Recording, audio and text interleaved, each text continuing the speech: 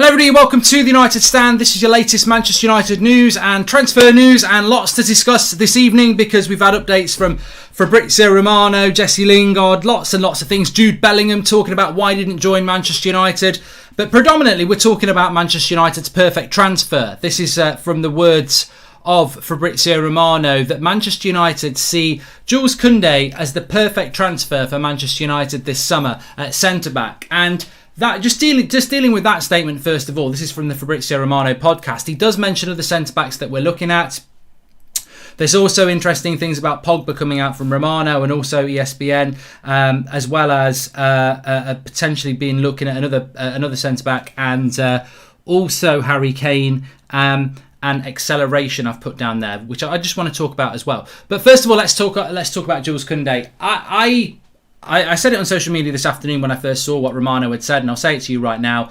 I would be over the moon with Jules Koundé as our centre-back. I think there'll be a lot of things to moan about this summer. Maybe Pogba leaving, maybe not getting a centre-defence midfielder, maybe not getting a decent striker, maybe the goalkeeper you like leaves the club. I think there'll be plenty to moan about this summer, but I will compartmentalise personally. I'm not going to say it's a terrible summer if we buy Jules Koundé or Raphael Varane, because to me that is the right sort of centre-back that we need. So it's not always one way or the other, is it? I think that I'm expecting a disappointing summer, but there might be aspects of it that I agree with. And if Manchester United do buy Jules Koundé, I would sit here and say, to be honest with you, he might not work out, but that is the signing I would have gone for. There's only Varane I would take up ahead of Jules Koundé unless we go in for a Koulibaly, because I just think that he fits the profile of what Manchester United need.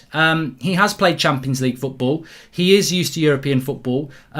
He is a player with a very bright future. I mean, he's only in the under-21s for France at the moment because they've got so many good players in their first team. I would be very happy with this. Very happy indeed. And it encourages me that Fabrizio Romano is saying that Manchester United view Jules Koundé as the perfect transfer. However, there is always a caveat to that.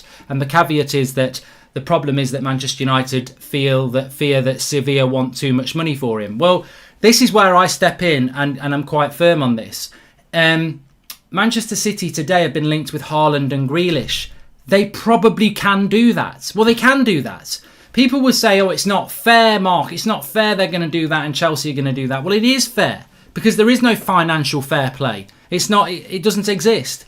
What exists is people with money getting better and stronger, because Man City aren't focused on Manchester United anymore. I'm sorry, they're not, and we need to wake up to this. Manchester City, for a long time, were looking at Manchester United. They were like, that's the club we want to be. They don't look at us anymore.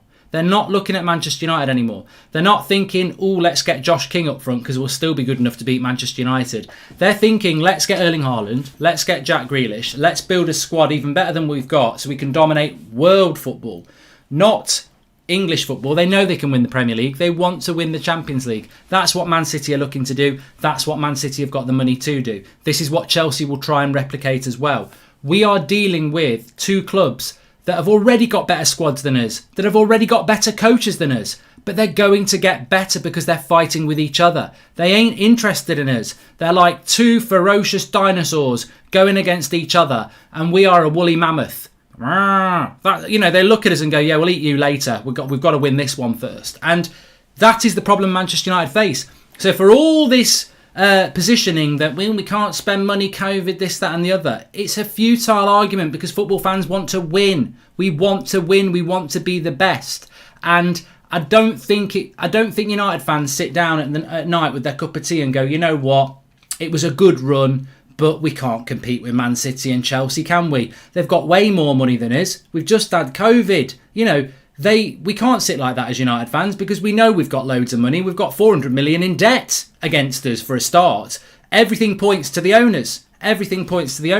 But also, United need to stop pulling the wool over the eyes, because if they're going to plead poverty that they can't compete with Manchester City and Chelsea, then have the balls to come out and tell the truth. Don't start talking about progress and title charges, because it just gives the fans an unrealistic aim, which will then lead to another manager being kicked out of the club. We can't win a title. I don't care who your manager is. We can't win the title if we don't spend money. You bring in your dream manager, your Nagelsmann or any other. You know, I listen to these prats as much as anybody. Oh, if you get me this man, you get me that man, we'll be winning the title. You're speaking out your arse. You're speaking out your arse. It's got teeth in your arse because you're talking out of it. Manchester United will not catch Manchester City or Chelsea with any manager, no matter who the manager is, because you don't catch somebody when they're accelerating and you're putting the brakes on. This summer transfer window is a bit like a chicane. You go into it, if you know your racing terms, some people go into it reserved, some people will hit it hard and go through it fast. Man City and Chelsea, they're hitting that chicane and they're going through with their foot down the pedal. We're hitting this chicane and we're putting our brakes on. The gap gets bigger if you play conservative. And we are playing conservative in more ways than one. You can't close a gap if the teams ahead of you are putting their foot down and you're putting the brakes on. And what are we doing? We can't afford a CDM. We can't afford a good right winger. What are Man City doing? We're already brilliant. Yeah, get me Haaland, get me Grealish. Acceleration, putting the brakes on. Gap gets bigger. Wake up and smell the coffee. Seriously. But, hi Mark, did you hear Bellingham said he never considered United because we didn't see a clear path to the first team? That's on the coaches. We're going to talk about that, Harry. We are going to talk about that. A little bit early tonight because I'm doing an England versus Poland watch along. I've dropped the link in the video description straight after this show. I'll be going on to there so we can continue the chat. But we will be talking about a lot of things tonight. Right, so Fabrizio Romano said that Manchester United are considering a move. They're not considering a move. That Jules Koundé is the perfect transfer for Manchester United, but there's a concern that Sevilla might want a lot of money. I mean, I don't know why this is. Well, here's the quote. Manchester United are convinced that Jules Koundé would be perfect, but Sevilla are asking for 80 million euros, which is a problem. Well, this is the problem at Manchester United, isn't it? Because we get told what they want, but then they say they can't afford it. Well, what does that mean? Oh, don't worry about it. Don't worry about it. It's fine. Release another shit kit so we can all buy it and put more money into your dividends. You know, I think there's an idiocy about our fan base at times. It's like we go, well, we can't spend stupid money. Like, why do we become bank managers? We're football fans. Do you think Man City fans or Chelsea fans sit there and go, "Oh, don't spend 90 million on Grealish. You're being ripped off. Don't do that." Since when are football fans and we've become indoctrinated. We've become indoctrinated to the game of the owners, which is 100 million dividends in the last few years. No other Premier League club has got even near 10 million. Our owners have took 100 million in the last few years. 500 million pounds of debt. And yet we as fans sit there and go, you know what though? You know what? They shouldn't pay it. They shouldn't pay 60 million for Rice. They shouldn't pay 70 million for Koundé. They shouldn't be doing it. We've become indoctrinated in their stupid little game. Like, why are we worried? Why are we worried? Just go and get the bloody best players on the pitch and make us a good team again. Oh no, you can't do that because we're a bank. So Jules Koundé is Manchester United's perfect signing, but there's a problem on the fee, as there always is. They're also saying that he's one of the most appreciated players and they've been looking at him for many months. That's from Fabrizio Romano. However, there are other targets. Lille centre-back Sven Botman is on Manchester United's centre-back targets list. United are looking at him as a potential idea. And Pau Torres has been offered to Manchester United many times. And this is where the problem comes to me, because I've said this before and I'm not going to move on this. I'm gonna stay on this rock, right? You buy Jules Koundé straight into the team. You buy Jules Koundé for £60 million straight into your team. You buy Varane for £60 million straight into your team. You wander away because it's too expensive and you get Botman and Torres for 40 million. Hello, Maguire and Lindelof next season. And that 40 million outlay, you may as well chuck it into a plane's engines and let it shred it all up. Because the reality is we're wasting money. We're wasting money on £40 million players. We did it on Van der Beek. And we don't want Grealish because he's a little bit more, but then you don't use Van der Beek, so you've wasted the 35 million. Buying Torres, buying Botman could be a real good deal. Could be, but don't tell me they're not fifth or sixth choices. Apparently we've been offered Torres loads from Romano. That's what he's saying. So a player's being offered to us. That's never a good sign. That's never a good sign when you're being offered a player by the club. You've got to go and get the best. And I just fear that whilst Botman's a good player and Torres is a good player, Are we not fed up of 5th and 6th choices? But there will be fans out there. There'll be fans right now. Pau Torres is the man. Pau Torres is the man. Get me Nagelsmann and Pau Torres. We're going to win the Champions League. We're not. No, we're not. Wake up. We're not going to do that. That's not going to happen.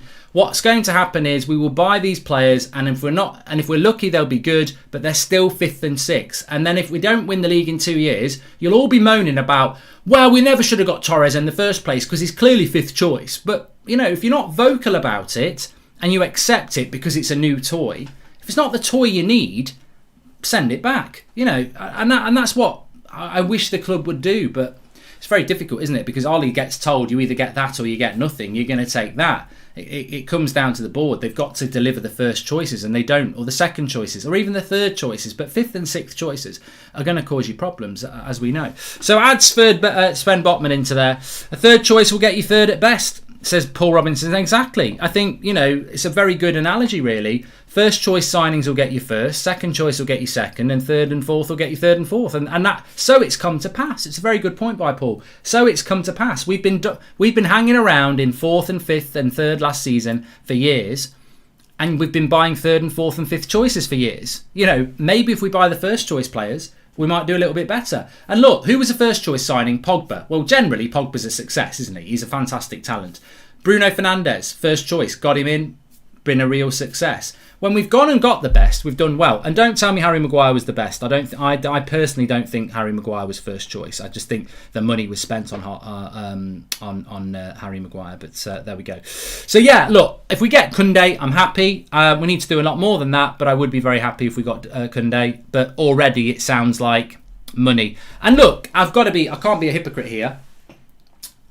I want Koundé, so me saying I want Koundé and we should spend the money, very easy for me to say that, I know. But also, let me just say, I don't want Haaland. I think that money could be used better elsewhere. So I must just say, there'll be some of you saying you want Haaland just like I want Koundé. But there's a running theme here. We get linked to Koundé strongly through Romano. We get linked to Haaland strongly through credible sources. We buy neither because they're too expensive. Can you see the pattern? It benefits the club to be linked to these players because it excites us, but they're never going to do it. We wanted Haaland and we wanted Koundé and we wanted Sancho, and we've ended up with Tyrone Mings and some other shit striker, and we didn't buy a right winger. You get the feeling you're getting played the more times we get linked with these big players and we don't sign them. So yes, that's the situation with the centre-backs, and that was coming in from Fabrizio Romano this afternoon, which I thought was quite interesting. Just on Paul Pogba very quickly, because I know we spoke about Paul Pogba this morning. This is from ESPN. Solskjaer hasn't given up that Paul Pogba signing a new contract could still happen, but there are fears that Raiola's terms, a large wage increase or even a release clause, could be too big a stumbling block. And I think that's a really good point, and that's out of ESPN. But what Fabrizio Romano has said, there has been no talks with Paul Pogba at the moment about a new contract because Paul Pogba still wants to leave, which backs up what Damarcio said and what we said on the show this morning. So it's not looking very good on the Paul Pogba front. I don't want to dwell on it because we spoke about it a lot this morning, but there's a little bit more news there. And it's something I hadn't considered, and I don't know whether you had considered it, that even if Paul Pogba sits down with Man United, he's not going to sit down, is he? He's not going to sit down with United until he knows he can't get a new club. That's a big red flag. And this has been mentioned a lot now. Damarcio this morning, Romano this afternoon, and by numerous people I've spoken to, and I'm sure you've seen as well. The thing that we constantly hear about Paul Pogba is he's not going to decide anything until July, and he wants to leave. So United are sort of waiting at the back of the queue. You ever been to the fish and chip shop on a Friday night and it's busy, and you can see the bit where they keep the fish and the battered sausage and everything like that, and you can see the pieces of fish going down, and you're like, oh, am I going to get there before it all runs out and I have to wait for him to cook some more? And that's a little bit like Manchester United with Pogba. There is a chance, and maybe Solskjaer hasn't given up hope that he will stay. There is a chance he could stay, but we're waiting at the end of the queue. We're waiting to see if no one else wants him. And then if they don't want him, he'll come to us and say, all right, what you got to offer me? And then Mino Raiola will say, well, I want a wage increase, I want a few million for me, and I want a release clause. So As we said this morning, I think Manchester United need to work on a plan to deal with that without Paul Pogba, and whether that's Camavinga, whether that's Kessie, whether that's Sabitzer. I mean, there's 3 options there. There are options there, but what United can't do is ignore those options and be like, oh, please, hopefully Pogba will come to us. Because if Pogba comes to sign a new contract with us, I think we all know it's because he can't leave. We're not his first choice. He's not committed to this club anymore. He might be in the summer when there's nothing else left. But is that what you want to build a team around? And is that not weak from Solskjaer to be there? Hopefully I can change his mind. Well, if he can change his mind by winning something, he can change his mind at the start of June, great. But if he's waiting till July, Mark, Real Madrid are selling Hazard at a cut price of 50 million. Would you take him? God, no. God, no. Paul Connolly, no. No. I mean, no. I think with Eden Hazard, he's Gareth Bale again. Fantastic player, but he's gone. I think he's gone at the highest level. So no, not for me. And I do like Ruben Neves, Brandon. I do like Ruben Neves. I think I would very much like him at Manchester United, but again, we just never seem to get linked into him. So we've spoken about that. Just on a couple of other things out of ESPN, Lingard will not put up with being a subsidiary player again. He's in the peak years of his career. He wants to play. He's desperate to play regular football and will not accept another bit part role at Old Trafford. West Ham have already decided they want to sign him permanently, but he will have a lot of offers to choose from. This is good. This is good news because Lingard, I love that about Jesse because I think he needs to control his career. He is in his peak years at 28. He has done fantastically well at West Ham and he will be a bit part player at Manchester United. So he's got to go chasing his career. And you can see how much he's enjoying it. He's enjoying it being with England. He's enjoying, being back on the socials. He's enjoying playing well. He's a young lad enjoying his life playing football. And who can fault him for that? So it's good to hear that that's going to be the case. And that will benefit United because if there is a queue for Jesse Lingard, he's got 1 year left on his contract. Hopefully we can eke out 25 million. 25 million. Well done. Good deal. So I'd be happy with that. I would be happy about that. There is a bit of a mention in the same article about Henderson and De Gea. Henderson is determined to play regular football and a number of top European clubs have already expressed an interest. This is from ESPN. Manchester United like Dean Henderson. He's a complete goalkeeper, but there remains a loyalty to David De Gea because of what he's done over the last 10 years. We'll have to just wait and see, which is why I said this morning, it's very, very important that Ole Gunnar Solskjaer doesn't mess it up. Doesn't do something stupid at this point, like just stick with one of the goalkeepers for the rest of the season, because there will be interest for both goalkeepers. And whilst I'd go with De Gea, I know many of you would go with Henderson, and I'm at a point where I'm happy. I respect whichever way you go. I don't need to argue with you. We're Manchester United fans. We've got a critical 2 months coming, but in the summer, one of them's got to go. And I look forward to next season where we're just behind one goalkeeper. It might be a mistake. We might go, shit, what have we done? But at least we've got one goalkeeper. So it's very important that Solskjaer keeps doing what he's doing. Use David De Gea for the league and Henderson for the cup. Because then you keep the value of both players. And in the summer, you see who wants. But if you suddenly drop Henderson for De Gea for every game, or you do it the other way around, the keeper that you've dropped, value plummets. And then people will be like, well, we'll take him, but we want a reduced fee. And what we need to try and do is make some money this summer. And whether it's De Gea or it's Dean Henderson, you want them to be the most valuable they are, because that's we need to make as much money as we can. So it'd be interesting to see what happens with that. What's that about Torres? Why have I wrote Torres? What would Torres to be doing? Oh, Torres has been offered to us loads. Yeah, the Jude Bellingham thing is really interesting. So I'll get you the quote now. But it's really interesting because I was talking about this morning. You could do a Hendo buyback clause. You could do. You could sell Henderson for 40 million. Yeah, I think they're both probably worth about. Mark on my favourite channel, Cultaholic. I need to watch that. I enjoyed doing that interview. Cultaholic. I'm just writing it down. About wrestling, basically. I think you get 40 million each for De Gea and Henderson. We're not going to sell both, but I think you would get 40 million for them. The only problem with De Gea is his wages are going to be very, very restrictive, aren't they? They really will. Please smash a like on the video, by the way. We are a little bit early tonight because I'm doing the England versus Poland watch along, which I've dropped a link in the video description for you. We'll be going straight from here onto there. But I just want to read you this quote from Jude Bellingham, because I think this is a very good point that we've spoken about a few times, and now we've got clarity on it. So Bellingham says, "The only thing I was bothered about while making my decision was playing football, and this was the best place to do that." Borussia Dortmund, from Jude Bellingham. And this was what we feared. Everybody talks about, United might have messed the deal up financially, and they might have done. And look, the way Bellingham's talking is the way you'd expect Bellingham, the Borussia Dortmund player, to talk.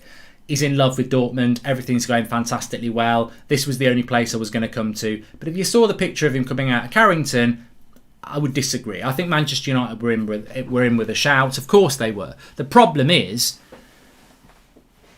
I've said this a few times, I'm not convinced, even though we talk about DNA and we talk about the youth, I don't actually think Solskjaer's record around the youth is that good. I don't. And I hope we're going to be proved wrong over the coming years, but I don't think it's that good. I think Mason Greenwood is such an obvious selection, even Mourinho would use him. He's so good, you can't not use a player. He's a generational talent, Greenwood. Whether he goes on to be that, we'll have to wait and see, but there's no doubt that Mason Greenwood can be anything he wants to be. He's a generational talent. So of course you're going to use him. Beyond Mason Greenwood, how many young players are we playing consistently? They get a little nibble every now and again, but they don't get used. And I think Jude Bellingham looked at that and went, you know what? If I go to Dortmund, look at what's happened with Sancho and many other young players, Erling Haaland and many other young players. You go to Dortmund and they're going to play you. You go to Manchester United and you're playing in the under-23s for a year. He's in a Champions League quarter-final against Man City next week. It'd be in an FA Cup youth game for the under-18s next week. Total contrast. And you can't blame the lad. You cannot blame the lad for going to Dortmund. I think we missed out big time. We missed out big time on Haaland, and we missed out massively. But I think there's a lot. It's not just about recruitment. It's not just that we're bad at recruitment. It's not just that. It's also the what we're selling at this football club. And many of you have said this, and maybe I've had my head buried in the sand about this. Many of you said that players will start looking at United and going, I'm not so sure that's right for me. I don't know whether that's right for me. And I've always been there. People will always want to come to Manchester United. But maybe we are starting to hit that limit now where it's starting to be some players look at us and go, will I get developed? Will I get game time? Will I... and also the playing style. The playing style is really important. If you're a Jack Grealish or you're an Erling Haaland and Manchester United are in the equation and you think, ooh, Manchester United, big club, massive fan base, this is great for me. But then you go, look at the way they play football though. Is that going to help me as a footballer? And I think that starts to come into the equation now. I do. But also, I think more importantly, what comes into the equation, this isn't just youth players. Look at what's happened with Telles and Van der Beek this season. Telles last year was considered to be one of the best attacking left-backs in the world. Can't get a game. All right, Luke Shaw's been brilliant, but can't get a game. Donny van der Beek, one of the best up-and-coming midfielders in Europe. Real Madrid are after him. Can't get a game. So it's not just young players. It's players in general coming to Manchester United and their careers hit a handbrake. So I think it is becoming a bit of an issue. And it's interesting when someone like Jude Bellingham is saying that. There was no... and let's not forget, he was playing for Birmingham City at 16. His family have had to uproot and go to Germany. And Manchester's up the road, and he's chosen to do that for his career because he knows he'll get picked and played. Lack of squad investment is the reason top players like Paul Pogba will leave, and probably Bruno down the road. Who the next Bruno will be interesting, says Mario Owner. And doesn't have to be from the top 5 clubs, but who would you say are the top 5 managers based on the output from their resources available to them? Joshua, I can't. I'll do that on That's Football. Because that will take some thinking, and it's not really Manchester United specific, is it? But I wouldn't put Ollie in the top 5. But it's interesting what that previous point was about Paul Pogba wanting to leave because he wants to win things. I think you're right. Bruno will leave because he wants to win things. Ambition. Win things, ambition. But you know what? If I'm absolutely honest, let's be honest here. And we are honest on here anyway. But Manchester United are not a big club anymore. And it hurts me. I will not let expectations drop. I won't let them drop. But Manchester United are not a big club anymore.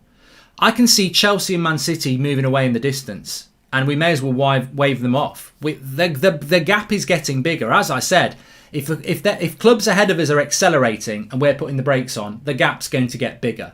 But also, if I'm honest, if I go back just 10 years under Sir Alex Ferguson, or 20 years, or 30 years, whatever, 10 years ago, would we have been looking at people like Pau Torres? Would we have been looking at players such as Andre Silva? No, we wouldn't. Would we have been looking at people like Dan James? I don't think we would have done. I know Sir Alex Ferguson liked the idea of a bargain, and we did bring in people like Bellion and Oberton and Kleberson, but when building his first team, I think the standards at this club have fallen off a cliff. I really do not think. I mean, imagine what Sir Alex Ferguson would have done with the billion we've spent since he retired, but we're not shopping in the right shops. We're not shopping in the right shops. And the team is becoming ingrained with players that are just not the level of Manchester United Football Club. They're not. And I'm not going to name names tonight, I'm not. But you know who they are. Across that squad, there are players that should have gone 3 years ago. There are players that never should have been here. And there are players that we're looking to bring in that aren't Manchester United players. And this is the problem. The club, even though we're desperately standing there on our tiptoes saying, no, you're not lowering the standards. You're not lowering. They're jumping down. And we're like, no, you're not lowering the standards. You're not lowering the standards. You're not lowering the standards. No. And they are lowering the standards because we're fighting our way. We're really fighting to try and stop these people who own our football club from lowering our standards. But they are lowering the standards. I can say as much as I like, and I will keep saying, we should be winning the title every year. Well, no, we shouldn't be winning the title every year. That's too arrogant. We should be challenging for the title every year. We are the Juventus of England. We are the Bayern Munich of England. We are the AC Milan of England. We are the Real Madrid and Barcelona of England. But you know what we are? We're not anymore. We're not that anymore. I know what we are, but facts can't lie. 8 years in the wilderness. 8 years of never being near a title. 8 years of wasted money. We'll never stop being Manchester United, the biggest club in my heart. We'll never stop that. But the reality is, we've got to accept that they have lowered the expectations so much, they've forced it upon us, that we're not really the Juventus of England anymore. We're not really the PSG of England anymore. We're not really the Real Madrid of England anymore. We are in stature and we are in name, but in reality, we're not. We're the Roma of England. We're the Valencia of England. You know, we're the Lyon of England. We're not the big club anymore that can get near titles. And that's sad. That's very, very sad. And I don't know what we do about it, because I will keep fighting the fight, as many of you will be. We will never let the standards drop in relation to where we should be, but we've never been so far away. I didn't live the early 80s or the 70s, so I don't know. But I would ask those fans who supported us in the 70s and 80s, were we ever this far away from winning titles? And I know we're second in the league, but look at the gap. Look at the gap. Last season we were third in the league. We were nowhere near Liverpool and Man City. We're nowhere near winning the title. Second was never an achievement under Mourinho, and he wanted it to be. And it shouldn't be an achievement under Solskjaer, but we're nowhere near winning titles. Remember when the club was in for Jose Fonte? Yeah, Ian Wright, this is it. You know, Schneiderlin. I mean, we have bought good players, Pogba, Bruno, but the players we go for, these fourth and fifth options, I mean, I would argue that Leicester and Everton have better recruitment than us. Well, it's not even an argument, is it? It's not even an argument. Sorry if this has been asked already, but if United is strapped for cash because of COVID, surely other teams are as well. Would that affect transfers, says Jamie? No. Man City aren't strapped for cash. Chelsea aren't strapped for cash. I mean, look, football's being ruined, isn't it? I've said this and I stand by it. If Man City buy Grealish and Haaland, it's over. It's over again, isn't it? You can't deal with that. It's domination. The Premier League have got a lot to answer for. They've absolutely fucked this league up. But I can't sit here and say anything other than it's bitterness, because, you know, I'd love it to be Manchester United doing what Man City are going to do, but they're not struggling for money. Chelsea aren't struggling for money. I don't think Everton are struggling for money. I don't think Leicester are struggling for money. United are probably being run like Spurs, you know, and Arsenal. We're owners who want to be responsible owners so that they make money. Hey Mark, players like Jude and Haaland don't want to join on based on our history. They want to create it. Players won't come if we keep like this, says Sean. I agree. Mark, there has to be financial fair play. I think it's going out the window. I do. Leicester recruitment is far better than ours, says Shay. We are a joke. Man City get both. We're done. Hey Mark, England under 21s are out. Well, I'm going to be watching England in about 10 minutes, so I'll do another 5 minutes on here and then we'll move across and continue the conversation. I just want to make sure I've covered everything. Fabrizio Romano was saying that there was no chance of Harry Kane. We're not getting Harry Kane. We're not getting Erling Haaland. I don't know what sort of striker we'll end up with, but we're not going to get that sort of a player, are we? Let's be honest with you. Sorry about the whole thing. I mean, sometimes I just do impromptu shit, and it helps me. You know why I do that sort of stuff, by the way? People often say, why do you come out with this crazy stuff? Because I basically, it's therapy. So what I do is, when we concede a bad goal, and I'll go, oh, that United defence, they're panicking like a cat crapping, trying to bury a shit on a marble floor. I've used that one. I always use that one because that's the one I can remember. And the reason I bring that sort of, pantomime reaction is because it stops me getting really angry. By doing something that sort of makes me feel comic, it stops me really getting angry. That's why I do it, because I am really angry. I spend a lot of time really angry about how Manchester United are run. And look, in the grand scheme of things, we know what happened yesterday. There's real life serious things going on, but Manchester United's a serious topic for me. I spend a lot of my life watching Manchester United. I spend a lot of my life not doing big life events to watch Manchester United. Oh, we can't go to that play. Oh, I can't come to your wedding for that, but I'll be there for the reception because Man United are playing Man City. We've all been there.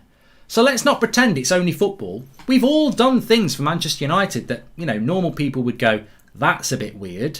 I've not missed the birth of a child or my own wedding or anything like that. I would never do that. But it's like, it is a serious topic for us. And we're not hysterical.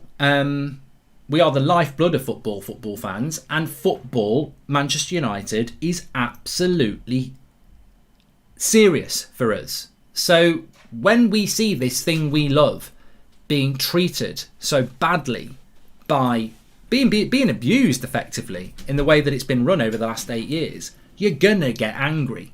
And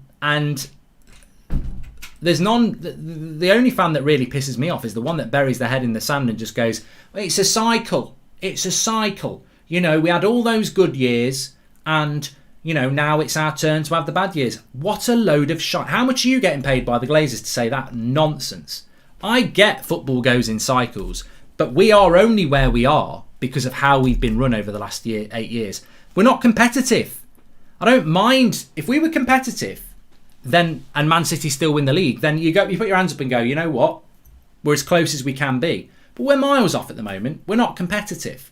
And, for these people who say it's all about cycles, it's a bit like saying, for 25 years, I lived in a lovely house and now I live on the street. But at least for those 25 years I lived in there, and this is, now, it's just part of the cycle. No, you pissed all your money on gambling, You put all your money into stocks to buy bloody, to build igloos in Africa. They melted.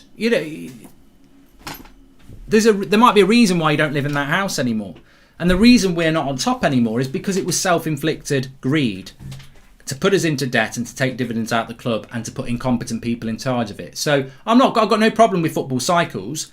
What I do have a problem with is how we ended up in this position, and it makes me very angry, and I know it makes many of you angry as well.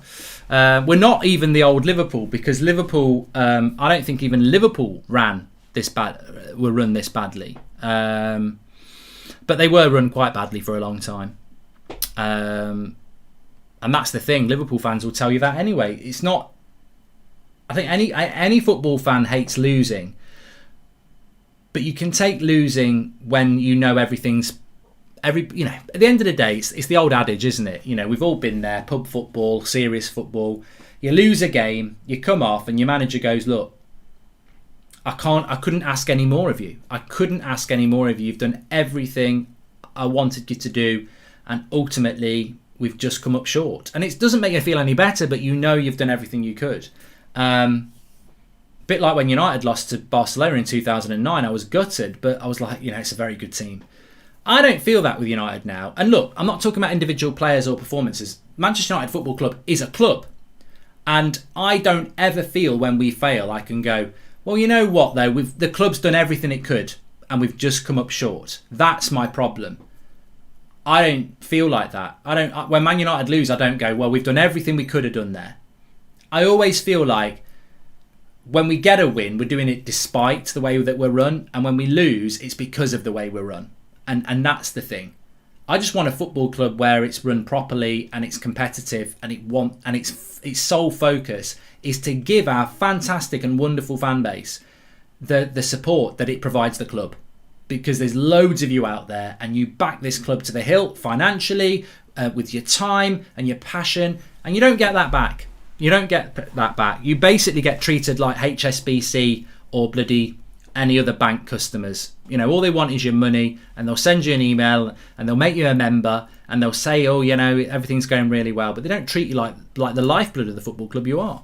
And I get very angry about it. Ta-ding, it's Mings, says Alex Rayner. Yeah, it could well be. Anyway, look, England are kicking off in 5 minutes. I've got to end this stream and get over to there. Links in the video description. Please smash a like on the video. I'm going straight over to That's Football to start over there. I'll see you in a minute or so. Thanks very much for watching. We're back in the morning with the morning show. Make sure you smash a like and subscribe. And if you're joining me for England versus Poland, I'll see you over there in a minute. Thanks for watching.